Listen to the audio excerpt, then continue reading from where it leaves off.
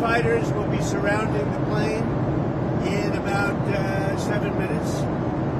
Oh, I heard they threw you out of the press conference. They tried, but Caroline stopped them. Caroline saved you. You're lucky. You're lucky. You were a little out of control.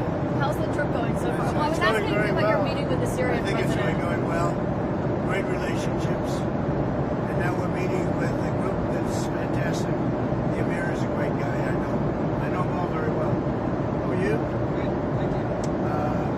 You're going to be surrounded by 8 fighters, in about 7 minutes. Then you say, do we need them?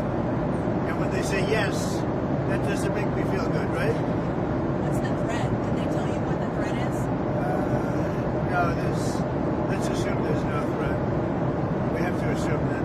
How did you find the Syrian president? Great. I think very good. Young, attractive guy, tough guy.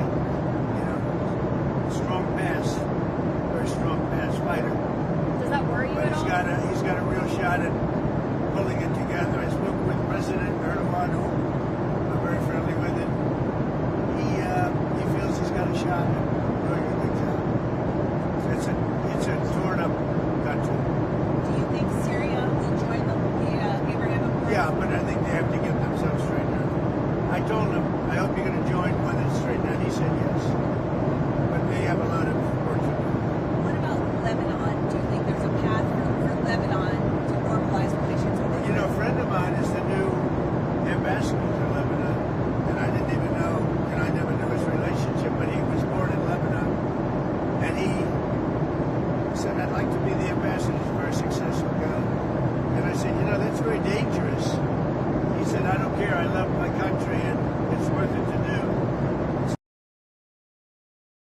I'll go and interview him sometime, Michel. He's a great guy, but I think he's approved or almost approved.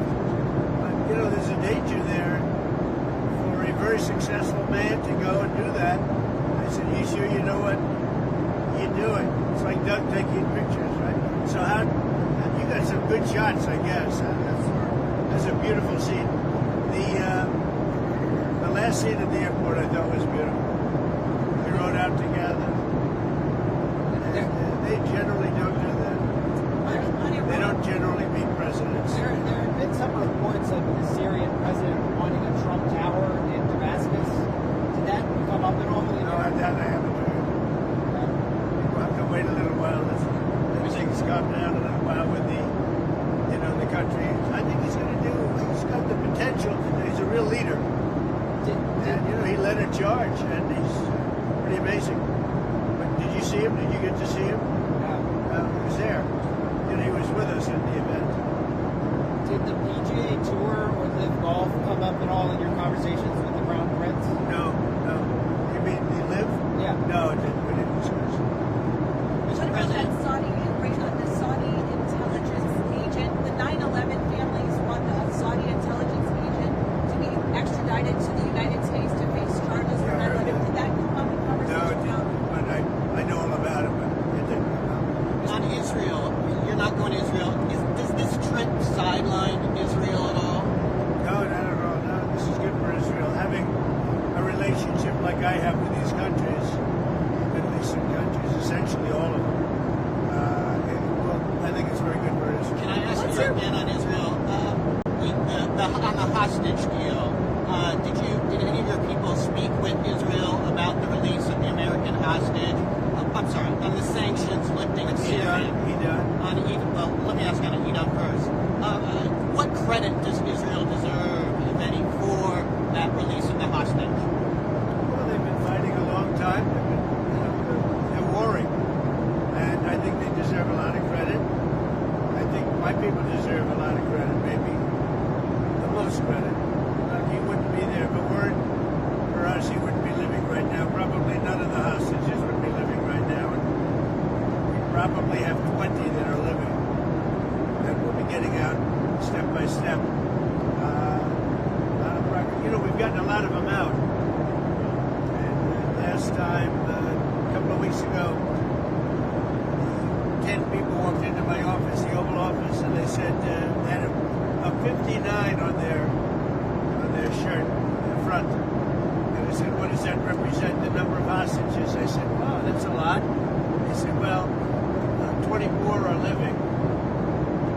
now it's 20. The number is 20 and 11. 4 have died, and the young people. Young people don't die. You know, young people are killed, they don't die. So the 24 living, of the 59 to 24 living is now down to 20. And we got Ida now, who's great. His family was so thankful. We did a good job with it. We'll continue to do it. What happens on Thursday if President Putin doesn't show up in Turkey for the talks with Ukraine? What will you do? Well, I don't know if he's showing up. I know he would like me to be there. And that's a possibility. If we could end the war, I'd be thinking about that. Now, tomorrow, we're all booked out. You understand that? We're all set. But you'd go if he We're goes? going to go UAE tomorrow. And so we have a very full situation. Now, that doesn't mean I wouldn't do it to save a lot of lives and come back. But, yeah, I think they're thinking about something. I don't know that he would be there if I'm not there. We're going to find out. Marco's going. And Marco's been very effective. How are you feeling about how Putin is handling this? I know you had said a few weeks ago you thought About maybe who? how Putin is handling this. You said a few weeks ago you thought maybe he was tapping I'll you let you know in along. a week.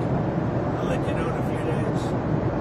Mr. President, on Israel again, has any of your team been in touch with Israel, your team, about lifting the sanctions on Syria? What's their reaction? Well, in touch. I mean, we told them we're doing it. The reason I did it, and I think it's been very popular, actually, certainly in the Middle East, it's been popular with virtually everybody. But the reason I did it is because I spoke with President Erdogan, who I get along with very well, and I spoke to Mohammed, as you know, was with them, and they thought it was very important to do. It gives them a much better chance of survival as a country. Can you show what Netanyahu thinks about it? Well, I think what's happened is Turkey feels we should do it. Other countries. If you looked at my speech last night, which I assume most of you were at, I think the biggest applause was when I said that we're lifting these sanctions on Syria, and that's because they want to give Syria a chance to live and to be great, you know, etc. Mr. President, an Emirati government did a $2 billion deal. An Emirati government did a $2 billion deal using the Trump digital coins. How did that deal come about? I don't know anything about it. I really don't know anything about it, but I'm a big crypto fan, I will tell you. I've been that from the beginning, right from the campaign. I'm a believer in crypto, and if we're not going to do it, China's going to do it. The way I look at it, it's like AI. I'm a believer in AI because we have to have it. We're leading China by a lot. And in crypto, we're leading China by a lot. So I'm a big crypto fan. You didn't know about that? No. Senator Schumer said he wants to block your Justice Department political appointees until he gets answers about questions about the Qatari plane. What's your response? Schumer's, you know, he's become a Palestinian. Something wrong with him. I don't know. I've known him a long time, and there's something wrong. He's lost his confidence totally, and it's just something wrong with him. I don't know what it is with Schumer. Yeah, did you have a question? Go ahead. Well, I've got two questions on Iran and Russia. Are you still considering secondary sanctions on Iran's oil exports? Let's see what happens over the next week. I don't really want to answer it because I want to see what happens over the next week. Go ahead. Okay, and then on Iran and Russia, are you considering sanctions on Russia for supporting Iran and for the continued war in Ukraine?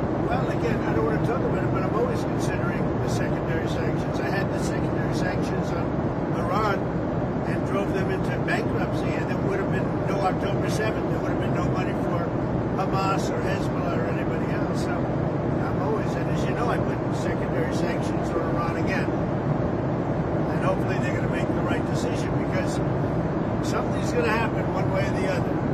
Very simple. It's going to happen one way or the other. They can't be friendly.